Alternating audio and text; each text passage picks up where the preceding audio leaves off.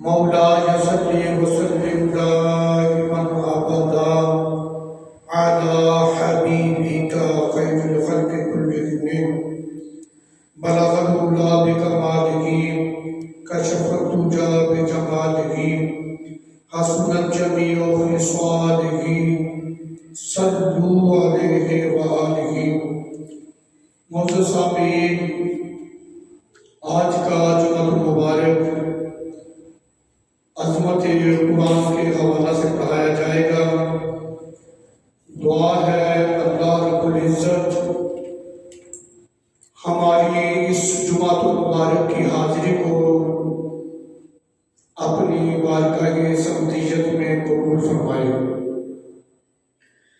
معزز سامعین، قرآن پاک کی سب سے بڑی عظمت یہ ہے کہ یہ کلام اللہ ہے، کلام الہی ہے۔ جس طرح اللہ کی ذات قدیم ہے، ایسے ہی اللہ کی ہر صفت بھی قدیم ہے۔ یہی وجہ ہے کہ 1400 سال گزر جانے کے باوجود قرآن پاک کی برکت، اس کی عظمت، اس کی تر و تازگی اسی طرح باقی ہے۔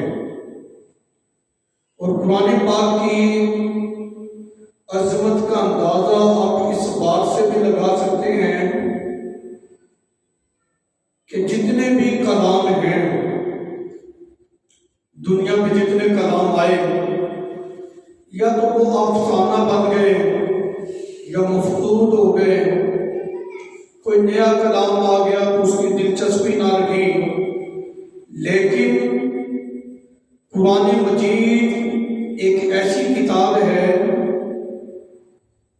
جس کا ایک لفظ بھی آگے پیچھے نہیں ہوا، اس کے مفقود ہونے کی بات تو سوچی بھی نہیں جا سکتی۔ اس کا مفقود ہونا تو درکنار، ایک لفظ بھی آگے پیچھے نہیں۔ اور اس کی قرآن مجید کے اندر جو دلچسپی ہے یہ بھی اسی طرح آج بھی برقرار ہے۔ یہ 1400 سال گزر گئے، اگرچہ 14,000 سال بھی گزر جائیں، قرآن مجید فرقان حمید یہ اللہ کی لا ریب لا شکہ کتاب ہے۔ اس کی دلچسپی اسی طرح باقی رہے گی، اور اس کی حفاظت فرمانے والا کیونکہ اللہ تعالیٰ خدا ہے، یہ کلام الہی ہے۔ کوئی بھی کلام ہو، اس کا یہ ضابطہ ہے کہ اس کی ابتدا بھی ہوتی ہے اور اس کی انتہا بھی ہوتی ہے۔ لیکن قرآن مجید کے اندر ایسی جامعیت ہے کہ ایسی جامع معنی کتاب ہے، علوم عقلیہ و نقلیہ کے جو ماہرین ہیں انہوں نے کتاب اللہ میں تفکر کیا اور فکر کیا، اپنے عقول اور اپنے علوم کے حساب سے انہوں نے کتاب اللہ سے مضامین اخذ کیے، علمی نکات نکالے، لیکن وہ کلام مجید کا احاطہ نہیں کر سکے۔ یہ قرآن کا شرف ہے کہ آج تک اس کا کوئی احاطہ نہیں کر سکا۔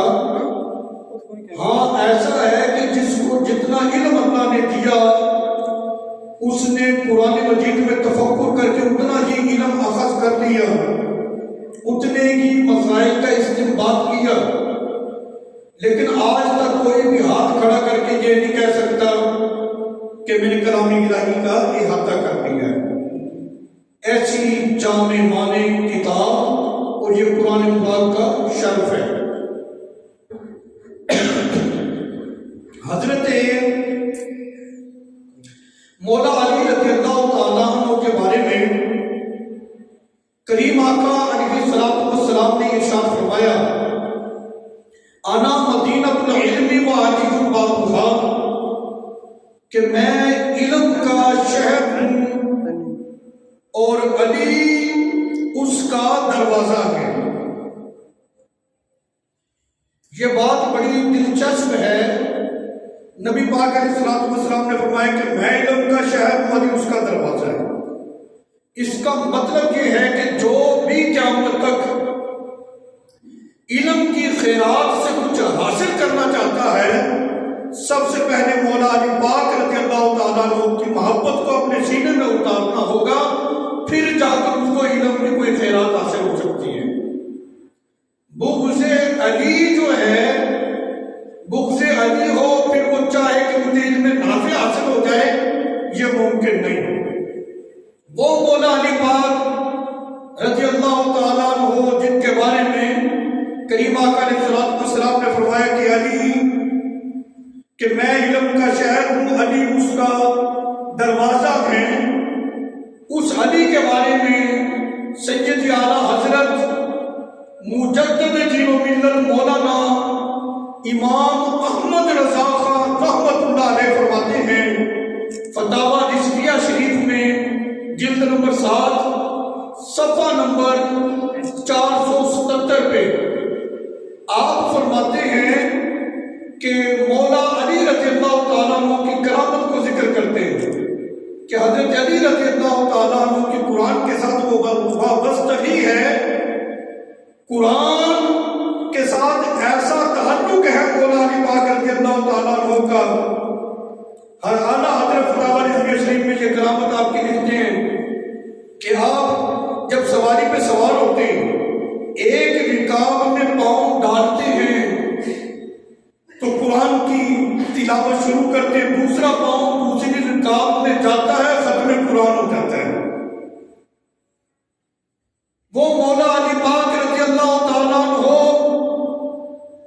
کہ جن کا قرآن کے ساتھ ایسا گہرا تعلق ہے، سید اعلیٰ حضرت فتاوی رضویہ شریف جلد نمبر 22 صفحہ نمبر 419 پر آپ تفسیر الاتقان کے حوالے سے لکھتے ہیں کہ حضرت مولا علی رضی اللہ تعالیٰ عنہ نے فرمایا کہ اگر میں سورہ فاتحہ کی تفسیر لکھوں تو میں 70 اونٹ جو ہے بھر دوں۔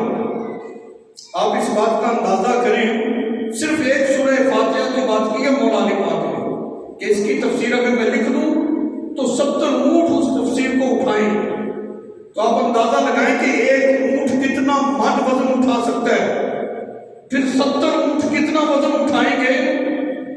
اتنی گہری نظر تھی مولا علی پاک کی قرآن پاک میں، کلام الہی میں، اور اتنا گہرا تعلق تھا مولا علی پاک کا کہ ساری کائنات کا علم قرآن میں ہے، یہ آتا ہے، اور سارے قرآن کا علم جو ہے سورہ فاتحہ شریف میں، اور پوری فاتحہ کا علم بسملہ یعنی بسم اللہ شریف کے اندر ہے، اور بسم اللہ شریف کا علم جو ہے بسم اللہ شریف کی با میں ہے۔ مولا علی پاک رضی اللہ تعالیٰ عنہ فرماتے ہیں وہ با میں ہے، اور پوری با کا علم با کے نیچے جو نقطہ ہے اس کے اندر ہے، اور مولا علی رضی اللہ تعالیٰ عنہ فرماتے ہیں وہ نقطہ میں ہوں۔ اللہ اکبر۔ لوگوں کو یہاں بڑا مغالطہ لگ گیا تھی، ساری کائنات کا علم قرآن میں، قرآن کا فاتحہ میں، فاتحہ کا بسم اللہ میں، بسم اللہ کا با میں، با کا نقطے میں۔ ایک نقطے میں اتنا سارا علم کیسے آ سکتا ہے؟ نقطہ ہے، انگلی رکھی گئی تو نیچے چھپ گیا، جو ایک انگلی کے پورے کے نیچے ہی وہ نقطہ چھپ جائے، بنا ہر شے کا علم اس میں کیسے آ سکتا ہے؟ میں نے کہا ایسا کرو آپ دنیا کا نقشہ میرے سامنے لاؤ، ایک نقطہ لگا ہوتا ہے، یہ پاکستان ہے، یہ افغانستان ہے، یہ ہندوستان ہے، یہ بنگلہ دیش ہے۔ جب ایک نقطے کے نیچے پورا ملک آ سکتا ہے، اس کے سارے شہر آ سکتے ہیں، اس کی ساری آبادی آ سکتی ہے، تو کیوں بھائی بسم اللہ کی باغ کے نیچے جو نقطہ ہے اس میں ساری کائنات کیوں نہیں آ سکتی؟ آج کے دور میں تو یہ بات سمجھانا میرے خیال میں بالکل مشکل نہیں ہے۔ پاکستان کا آپ نقشہ لے لیں، ایک نقطہ اس کے نیچے جی لاہور ہے، دوسرے میں پورا کراچی ہے، جب ایک نقطے کے نیچے پورا شہر آ سکتا ہے، جو ہمارے بنائے ہوئے فرضی نقطے اور جو رب نے نقطہ بنایا اس میں کائنات کیوں نہیں آ سکتی؟ اللہ اکبر۔ ایسی جامعیت قرآن پاک میں، اور پھر جنہوں نے اپنی وابستگی قرآن کے ساتھ کیا، اللہ نے پھر ان کو کتنا علم عطا فرمایا۔ اب ذرا اس بات کو بھی آپ اچھے طریقے سے سمجھیں کہ بخاری شریف کی حدیث ہے، کتاب التفسیر، سورہ طور، حضرت جبیر بن مطعم رضی اللہ تعالیٰ عنہ فرماتے ہیں، ایمان لانے سے پہلے کی بات کر رہے ہیں، کہتے ہیں مجھے اسلام سے نفرت تھی۔ کہتے ہیں ایک مرتبہ ایسا ہوا کہ میں نبی پاک علیہ السلام کے پاس سے گزرا تو رسول اللہ صلی اللہ علیہ وسلم سورہ طور کی آیت نمبر 37 اور 38 آیت کی تلاوت فرما رہے تھے۔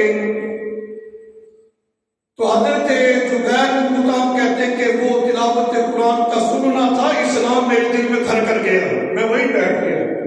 رسول اللہ صلی اللہ علیہ وسلم کی بارگاہ میں عرض کی، یا رسول اللہ صلی اللہ علیہ وسلم مجھے تو کلمہ پڑھا کر اسلام میں داخل کیجیے۔ مسند احمد کی حدیث، حضرت عثمان بن مظعون وہ کہتے ہیں مجھے بھی اسلام سے نفرت تھی، میں سرکار کے پاس سے گزرا، حضور تلاوت قرآن فرما رہے تھے، جیسے ہی میں نے قرآن سنا، قرآن کا سننا تھا، اسلام کی محبت میرے اندر پیدا ہو گئی۔ تو اس کا مطلب یہ ہے کہ قرآن کی یہ عظمت ہے، اگر کافر بھی قرآن کو سنتا ہے اللہ اسے ایمان کی دولت عطا فرما دیتا ہے۔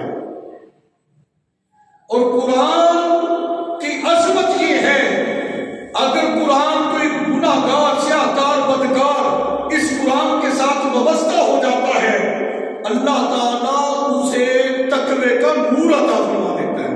اگر کوئی مریض قرآن کے ساتھ وابستہ ہوتا ہے اللہ اسے شفا عطا فرما دیتا ہے۔ اگر کوئی بے روزگار قرآن کے ساتھ وابستہ ہو اللہ اسے نیک روزگار اور رزق حلال عطا فرما دیتا ہے۔ اگر کوئی مومن قرآن کے ساتھ وابستہ ہو جائے اللہ اسے ایمان کی حلاوت عطا فرما دیتا ہے۔ مطلب یہ ہے کہ ہم قرآن کے قریب ہوں، قرآن کی وابستگی اختیار کریں، قرآن کو پڑھیں۔ ہمارے ہاں تو یہ طریقہ ہے کہ اچھے سے غلاف میں قرآن پاک کو بند کر کے اتنا اونچا رکھتے ہیں کہ آسانی سے اس کتاب تک، قرآن تک ہاتھ بھی نہ پہنچے۔ اب یہ موزم کتاب ہے، بس کوئی سال آسان پڑھی جائے گی، ایسا نہیں۔ اس کی تلاوت کرو، اس کی زیارت کرو۔ سب سے بڑا تعویذ، آج لوگ، میں تعویذوں کے خلاف نہیں، بھی گھر میں خیر و برکت نہیں ہے، لڑائی جھگڑے ہیں، رزق کی تنگی ہے، پریشانیاں رہتی ہیں، کوئی تعویذ دے دو۔ تو میری یہ گزارش ہے بزرگان دین سے کہ وہ اپنے مریدوں کو یہ بھی ہدایت کیا کریں کہ سب سے بڑا تعویذ تمہارے گھر میں موجود ہے، اس کو کھولو، اس کی زیارت کرو، قرآن مجید کی تلاوت کرو۔ اللہ تعالیٰ گھر کی جتنی مصیبتیں ہیں، تنگیاں ہیں، پریشانیاں اور جتنی لڑائی جھگڑے یہ سب قرآن کی برکت سے اللہ تعالیٰ ختم کر دے گا۔ قرآن کی برکت سے گھر میں جو ہے وہ اللہ تعالیٰ ایسی رحمت نازل کرے گا کہ برکت ہی برکت، نور ہی نور ہو جائے گا۔ ہم قرآن سے وابستہ ہوں۔ اگر آپ اس چیز کو یوں سمجھ لیں، اللہ تعالیٰ قرآن میں فرماتا ہے وَنُنَزِّلُ مِنَ الْقُرْآنِ مَا هُوَ شِفَاءٌ وَرَحْمَةٌ لِّلْمُؤْمِنِينَ کہ قرآن مومنوں کے لیے شفا ہے اور رحمت بھی ہے۔ اللہ نے قرآن کو مومنوں کے لیے شفا بنایا ہے، مومنوں کے لیے رحمت بنایا ہے۔ جب ہم بیمار ہو جاتے ہیں تو ہم اپنی شفا قرآن سے حاصل کیوں نہیں کرتے؟ قرآن پاک کو ہم کہتے ہیں قرآن حکیم۔ جب قرآن حکیم ہے تو ہم اپنا علاج اس سے کیوں نہیں کرواتے؟ ہم اس سے اپنا علاج کروائیں نا۔ رب نے بھی فرمایا کہ یہ شفا ہے۔ کہتے ہیں بسا اوقات ایسا ہوتا ہے ہم قرآن پڑھ کر پھونکتے ہیں لیکن شفا تو نہیں ملتی۔ قرآن شفا ہے لیکن اس کے لیے چند شرائط کا ہونا بھی ضروری ہے۔ کے پاس جاتے ہیں، وہ ہماری مرض کو دیکھ کر ایک نسخہ ہمارے لیے تجویز کرتا ہے کہ یہ دوا آپ نے ایک ہفتے تک کھانی ہے اور پھر اللہ کرم کر دے گا۔ مریض دوا لے کر آدھے کھائے نہیں تو کیا اسے شفا مل جائے گی؟ ڈاکٹر کے پاس چلا گیا، جی آپ کی دوا نے فائدہ نہیں دیا، ابھی تم نے استعمال کی کہتا کوئی نہیں۔ تو استعمال کرو گے تو فائدہ ہوگا نا۔ قرآن مومن کے لیے شفا ہے، شرط یہ کہ اس کا استعمال کیا جائے، اس کی تلاوت کی جائے، اس کے احکامات پہ عمل کیا جائے، پھر ہمارے لیے یہ شفا ہے۔ بسا اوقات ایسی بات ہوتی ہے، ڈاکٹر دوا بھی دیتا ہے، کچھ پرہیز بتاتا ہے، باقی چیزیں نہیں کھانی، کھٹی چیزوں کا استعمال نہیں کرنا۔ وہ مریض کیا کرتا ہے، دوا بھی استعمال کر رہا ہے، بد پرہیزی بھی کر رہا ہے، تو اس کو شفا کہاں سے ملے گی؟ بلا تفصیل سمجھو، کہتے ہیں بسا اوقات ہم قرآن پڑھتے ہیں لیکن پھر بھی ہمیں شفا نہیں ملتی، پڑھ کر پھونکا جاتا ہے۔ دیکھو قرآن کو استعمال بھی کرو اور جو پرہیز قرآن نے بتائے، جن چیزوں سے قرآن نے منع کیا ان سے رکو۔ قرآن نے کہا ہے حرام نہیں کھانا، ہم حرام کھا رہے ہیں، پھر قرآن ہمیں کیسے شفا دے گا؟ سود کے قریب نہیں جانا، سود نہیں کھانا، کسی کا نہ حق مال ہڑپ نہیں کرنا، یعنی جو پرہیز قرآن نے بتائے ان سے رکیں اور قرآن کی تلاوت کریں۔ جب یہ دو چیزیں جمع ہو جائیں گی تو پھر بابا فرید رحمۃ اللہ علیہ قرآن پڑھ کر مٹی پہ پھونک مارے تو وہ بھی سونا بن جاتا ہے۔ یہی تو وجہ ہے کہ اللہ والے گناہ گاروں کے سینوں پہ پھونک مار دیں تو وہ سینہ بھی مدینہ بن جایا کرتا ہے۔ وجہ یہ کہ انہوں نے قرآن وہ پڑھتے بھی ہیں اور قرآن نے جو پرہیز بتائے اس کے معامل بھی ہوتی ہیں، تب جا کے بندے کو یہ پھر مقام حاصل ہوتا ہے۔ حدیث پاک میں ہے، نبی کریم علیہ السلام نے فرمایا، سرکار نے فرمایا کہ پانی کی وجہ سے لوہے کو زنگ لگ جاتا ہے، اسی طرح گناہوں کی وجہ سے جو دل ہوتے ہیں یہ بھی زنگ آلود ہو جاتے ہیں۔ غلاموں نے عرض کی، یا رسول اللہ صلی اللہ علیہ وسلم، پانی کی وجہ سے لوہے کو زنگ لگے، اس کا زنگ دور کرنے کا طریقہ تو معلوم ہے، یہ جو گناہوں کی وجہ سے دل زنگ آلود ہوتے ہیں تو اس زنگ کو اتارنے کا طریقہ کیا ہے؟ میرے آقا علیہ الصلوۃ والسلام نے نسخہ ارشاد فرمایا۔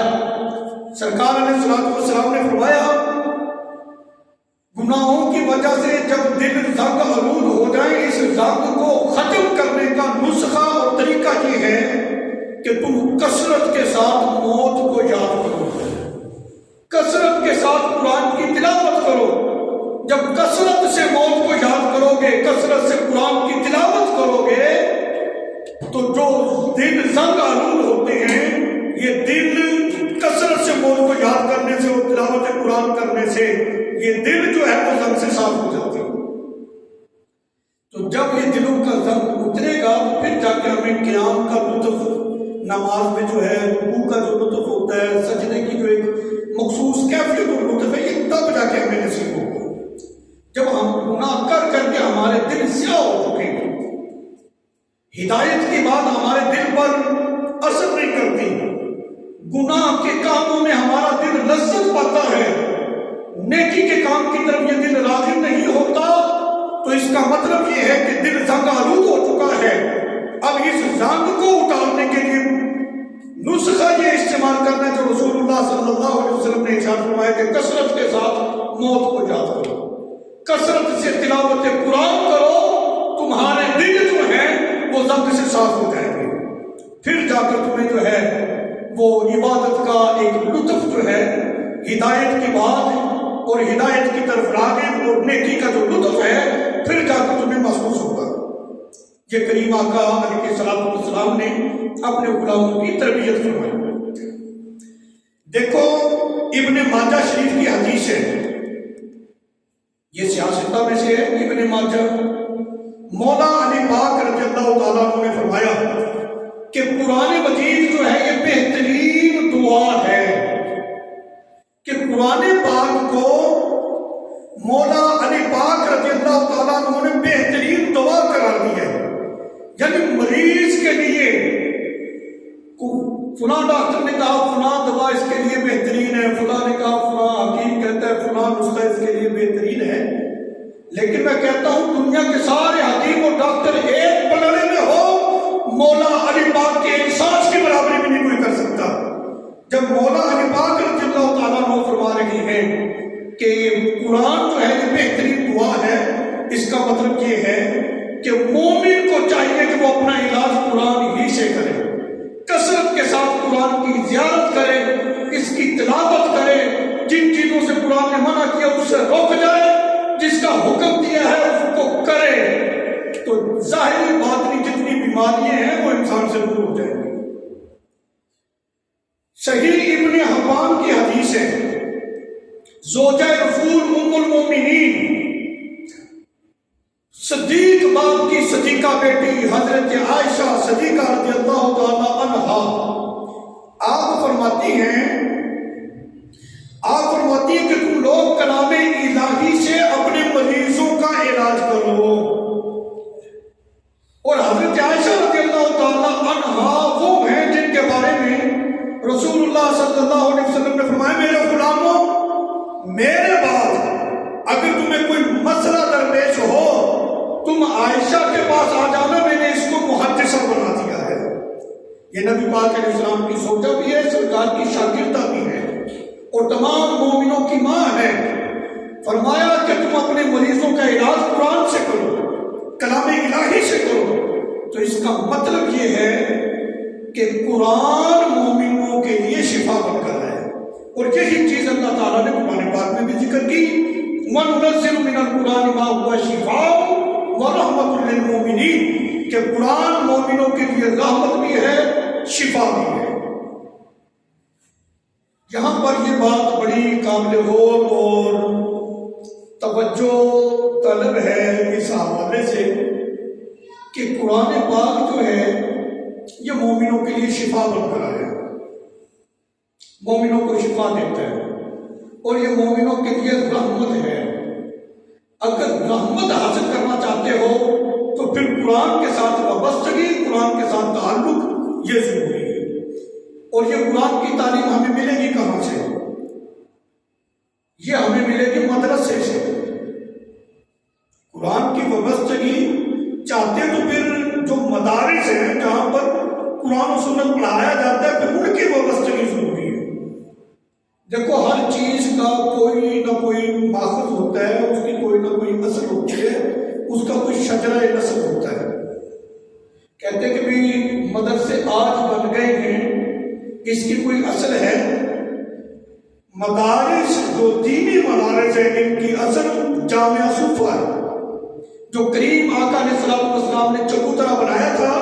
نبی پاک علیہ السلام کے اصحاب نبی پاک علیہ السلام سے قرآن و سنت کی تعلیم دیا کرتے تھے، پڑھا کرتے تھے۔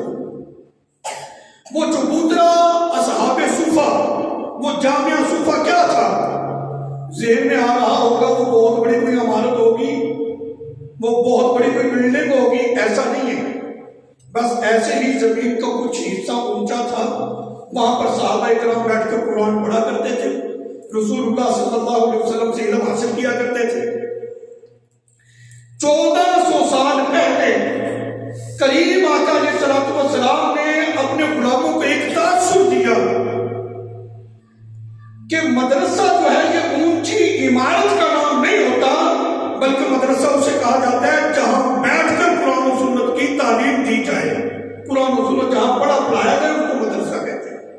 آج ہمارا معیار بڑا مختلف ہے، بچوں کو داخل کروانا تو پہلے جامعہ کی بلڈنگ کو دیکھا جاتا ہے، اس پہ ٹائل کیسے لگی ہوئی ہے، پتھر کیسا لگا ہوا ہے، یہاں پر سہولتیں کیا ہیں۔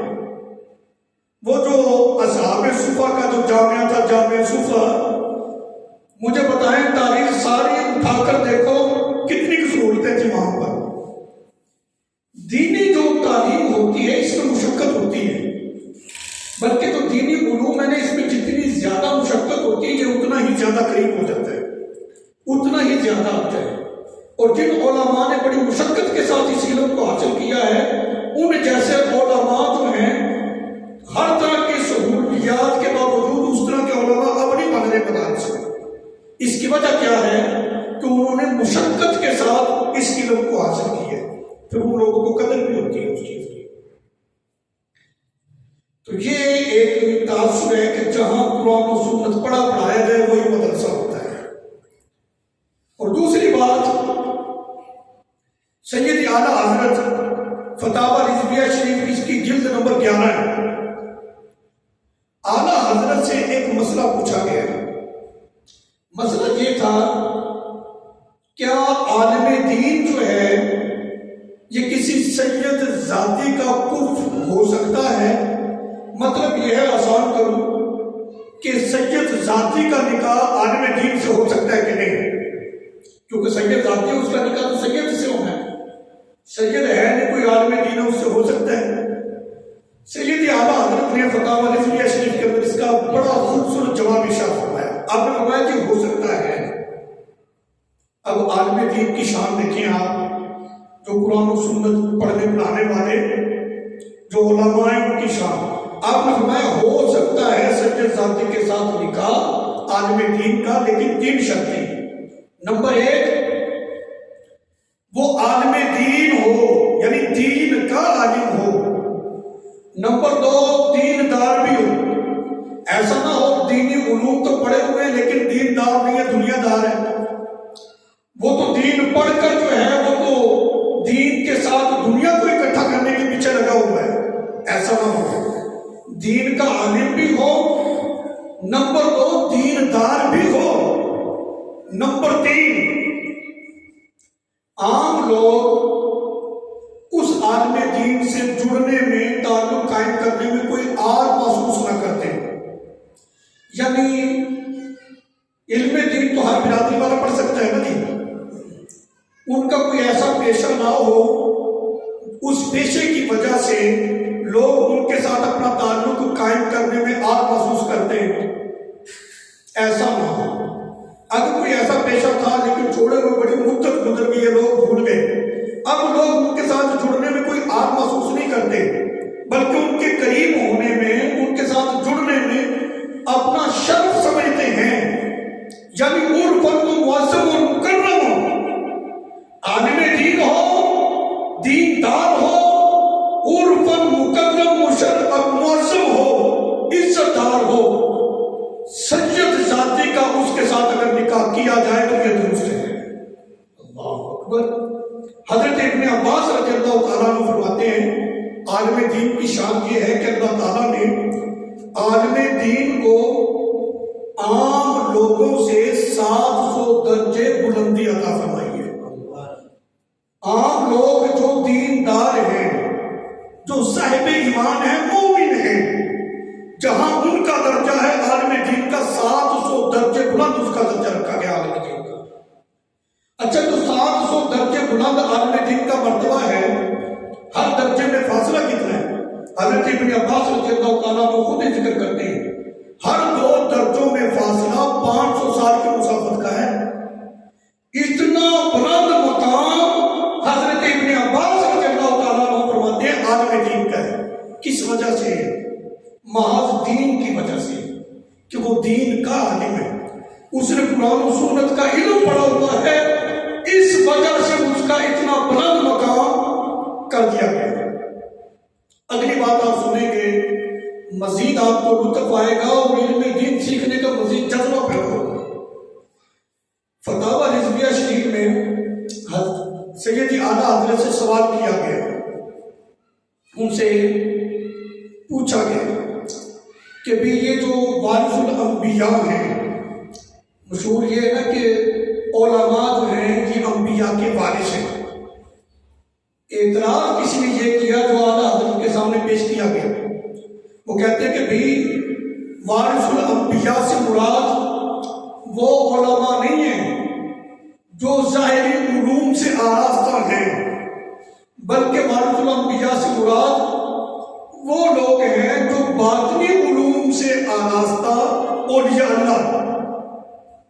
اعلیٰ حضرت کی خدمت میں جب یہ سوال پیش کیا گیا کہ بھی اس سے وارث الانبیاء سے مراد تو اولیاء اللہ لیے جا رہے ہیں، کہ بھی جو باطنی علوم سے آراستہ اولیاء اللہ ہیں وہ ہیں، جو ظاہری علوم رکھتے ہیں علماء کرام، یہ وارث الانبیاء نہیں۔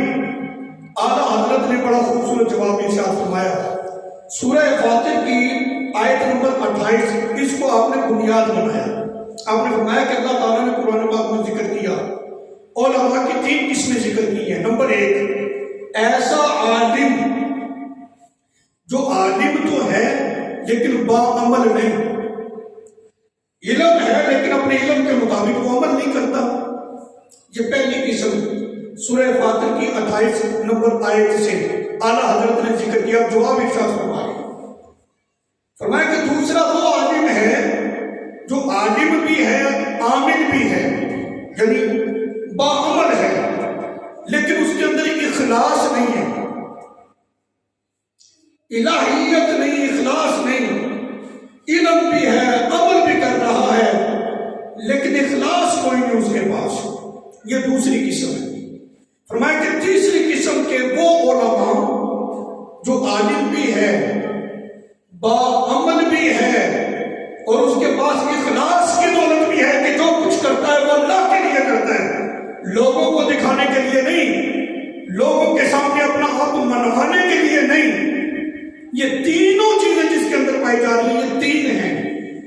پھر اعلیٰ حضرت نے سورہ فاتر کی 28 نمبر آیت سے علماء کی 3 قسمیں بیان کرنے کے بعد فرمایا اللہ تعالیٰ نے تو اس عالم کو بھی وارث الانبیاء قرار دیا ہے جو صرف عالم ہے لیکن بدعمل ہے, عامل کوئی نہیں.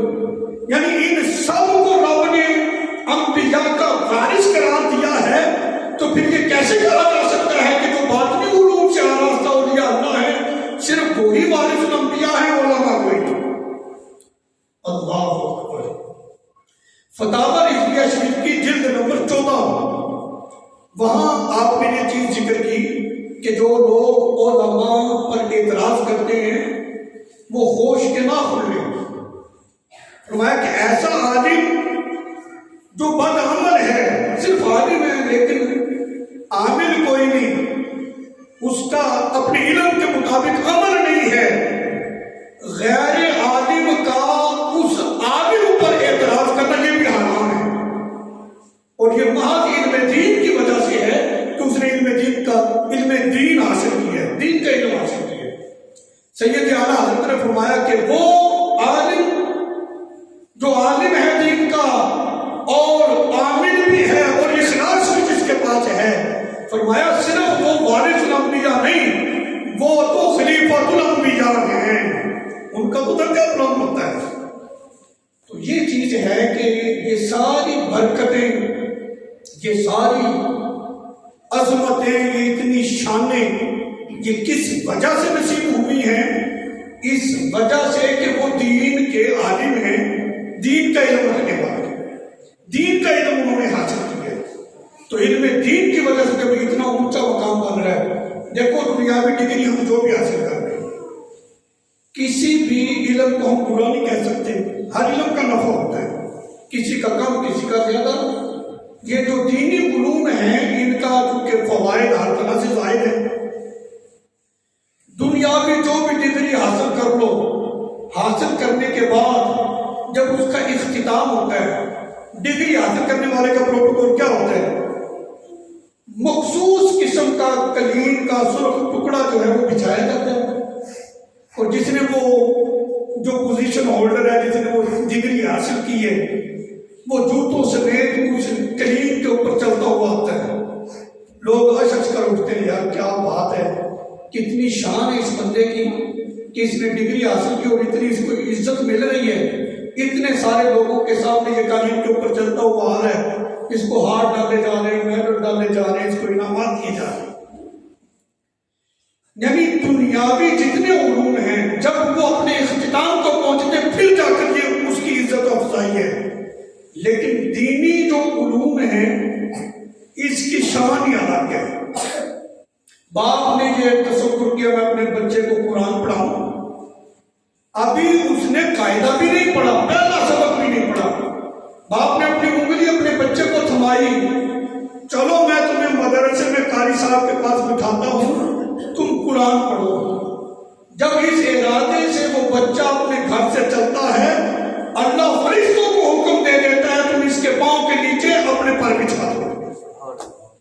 مجھے بتاؤ، دنیاوی علوم حاصل کرنے والے اختتام پر جا کر یہ پوزیشن ہے، کسی کے پاؤں کے نیچے مخصوص ٹکڑا ایرانی، جاپانی، پاکستانی قدیم کا ہوتا ہے، لیکن یہاں ابھی تو آغاز ہی نہیں ہوا، ابھی ایک سبق بھی نہیں پڑا، ارادے سے چلے ہیں، لیکن نورانی قدیم جو ہے اس بچے کے پاؤں کے نیچے بچھا دیا جاتا ہے، اس کی کوئی حد نہیں، کوئی لیمٹ نہیں، کہاں سے کہاں تک ہے، بس یہ ہے کہ ڈیوٹی لگ گئی ہے فرشتے کی، اب یہ قرآن پڑھنے والا جہاں بھی جائے اس کے پاؤں کے نیچے یہ نورانی قدیم رہنے چاہیے۔ کتنا اعزاز ہے قرآن پڑھنے والوں کا، جب پڑھنے والوں کا اتنا مقام ہے تو جو پڑھانے والے لوگ ہوتے ہیں ان کی کتنی شان ہوتی ہے۔ چلیے آپ ذرا اس کو اس انداز میں بھی دیکھیں۔ امام غزالی رحمۃ اللہ علیہ، ان کی ایک کتاب ہے، آپ نے اپنی کتاب کے اندر اس واقعے کو ذکر کیا ہے۔ امام غزالی رحمۃ اللہ علیہ کوئی عام شخصیت نہیں، بلکہ وہ بلند پایہ شخصیت ہیں جن کے بارے میں مولانا اشرف علی تھانوی دیوبندیوں کا پیشوا ہے، اس نے اپنی کتاب جمال الاولیاء صفحہ نمبر 201 پر لکھا ہے امام غزالی کے بارے میں۔ اس نے لکھا کہ امام غزالی کی کتاب احیاء العلوم جو بندہ پڑھ لیتا ہے اللہ اسے بھی ولی بنا دیتا ہے۔ وہ امام غزالی رحمۃ اللہ علیہ، انہوں نے اس روایت کو کوٹ کیا کہ ایک آدمی گناہ گار ہے، فرشتوں نے اس کو زنجیروں میں جکڑ رکھا اور دوزخ کی طرف لے جا رہی۔ اللہ تعالیٰ نے جبریل سے فرمایا، جبریل اس بندے سے ذرا پوچھنا یہ کسی عالم دین کا دوست ہے، اگر یہ کسی عالم کا دوست ہوا تو ہم اسی بات پر اس کو بخش دیتے ہیں۔ پوچھا ہمیں بتا کسی عالم سے تیری دوستی ہے؟ کہنے لگا نہیں، کسی عالم سے تو میری دوستی نہیں ہے۔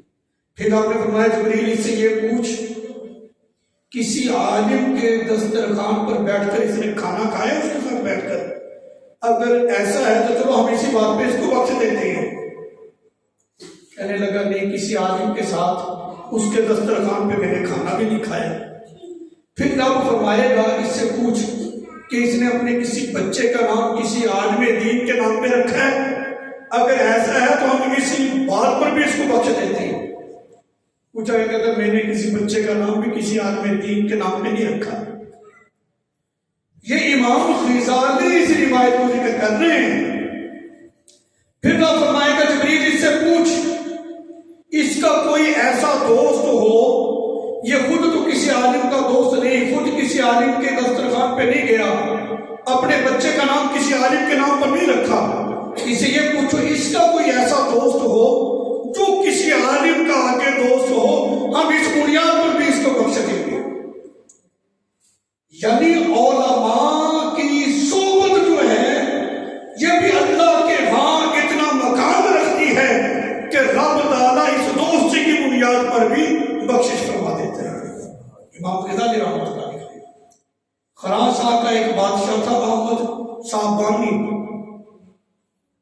وہ اپنے تخت پر ہے، دیکھا کہ ایک عالم دین تشریف لائے، وقت کا بادشاہ ہو، تخت سے نیچے اترا اور ان کی عزت کے لیے کچھ قدم آگے چلا، ان کا استقبال کیا۔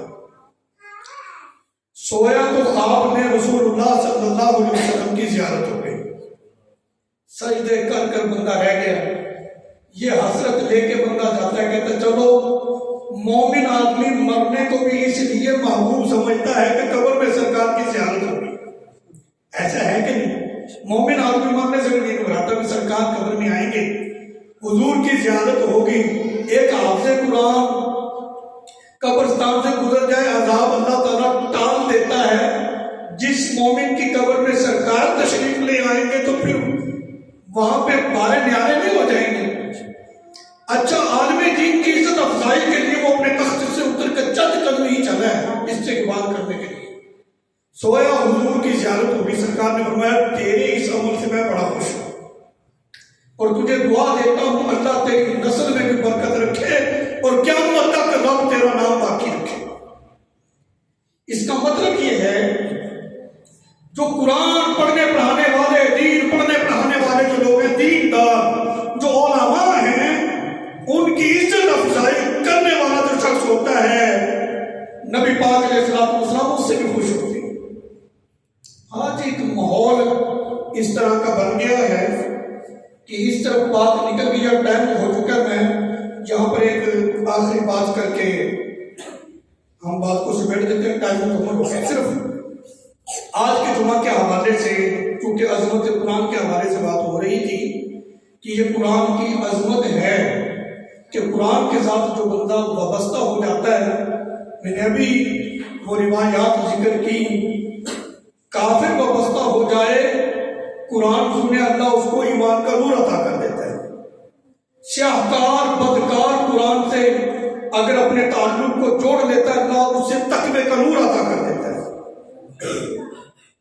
کوئی مرض میں لاحق ہے، قرآن سے وابستہ ہو جاؤ، کوئی پریشانی ہے قرآن سے وابستہ ہو جاؤ۔